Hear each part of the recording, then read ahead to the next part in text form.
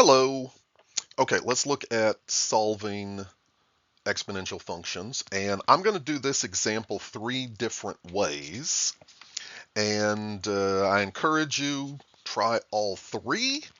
Whichever one kind of feels natural to you, go for it. But maybe if you can learn at least two of these three techniques, then you've got another double checking method. So solve it one way, use a different solving technique, double checking, see if you got the same answer. Because these answers are going to be a little complicated looking, you're still going to need to type it in the calculator, but you're not going to have to type it in as the exponent. You'll get to the end and you go x equals this, type it in the calculator, you solve it differently, x equals, type it in the calculator, same decimal, same answer. All right, so for this particular one, we're going to use this idea that as long as we do the same thing on both sides of the equals, we can do whatever we want. We want to do something appropriate. So for example, taking the square root on both sides doesn't help us solve it. So don't do that.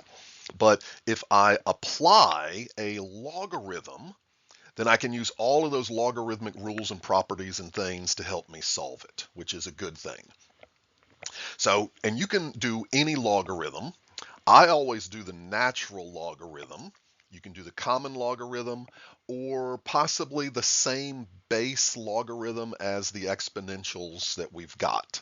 I would not want to do log base pi on both sides and make it more complicated. But if I did log base 3 or log base 2, and I encourage you to try those and see if those make sense. But I'm going to do the natural log on both sides. Whatever logarithm you choose, the next step is we have this exponent in the argument of the logarithm, and we've got that rule that says I can take that and make it a coefficient in front of the logarithm. If you've got more than a single thing as the exponent, distribute in the next step. So on the left side, I'm distributing. You want to combine the x's together and move the things without an x to the other side. So when you're doing this, consider how many minuses and negatives you'll have on either side. If I take the x natural log 2 and I want to move it to the left, I'm going to subtract it. And then I'm going to have to subtract the natural log 3 to move it to the right. So I've got a minus on the left and a negative on the right.